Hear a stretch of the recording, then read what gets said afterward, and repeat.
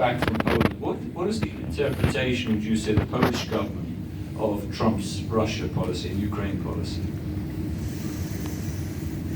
Well, I'm glad you asked me that because I wouldn't want to repeat what I've heard because I agree with almost all of it. Okay, so let's just Focus on I've this. said all that, okay?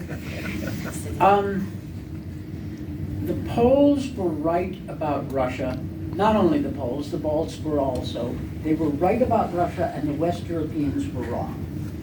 And the Germans will now acknowledge it, okay?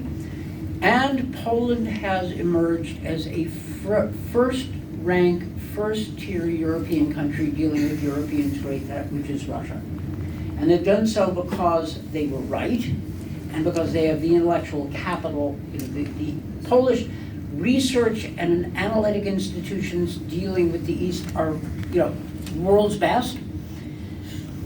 And the Polish military is now serious. Its land forces are very soon going to be bigger and stronger than the British and the German, and maybe even the British and the German combined, which tells you more about the deterioration of British and German land forces in Poland, but nevertheless, that's a fact. When I was in Poland last week, of course, they were dealing with the aftermath of the presidential election.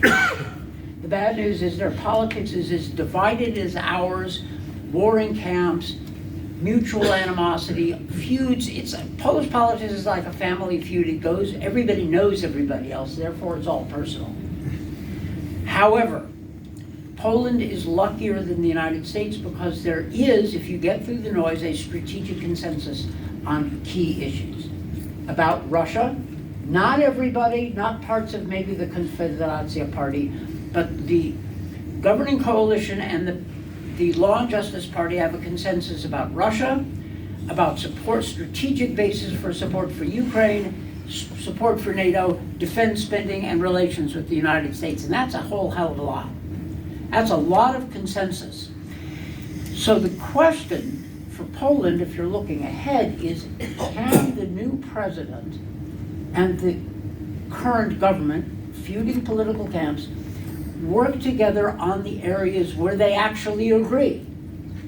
And those areas are significant. That's what I was saying when I was meeting with people, but it doesn't matter what I say. It was very interesting that Radek Sikorski, whom most of us in this room know, tweeted something about 2 days ago saying, Nawrocki, the president-elect, has good relations with Trump world, the government has good relations with Europe, presto, division of labor, which actually makes a lot of sense. Now, much depends, since you asked about Poland, much depends on the foreign policy staff that Nawrocki chooses.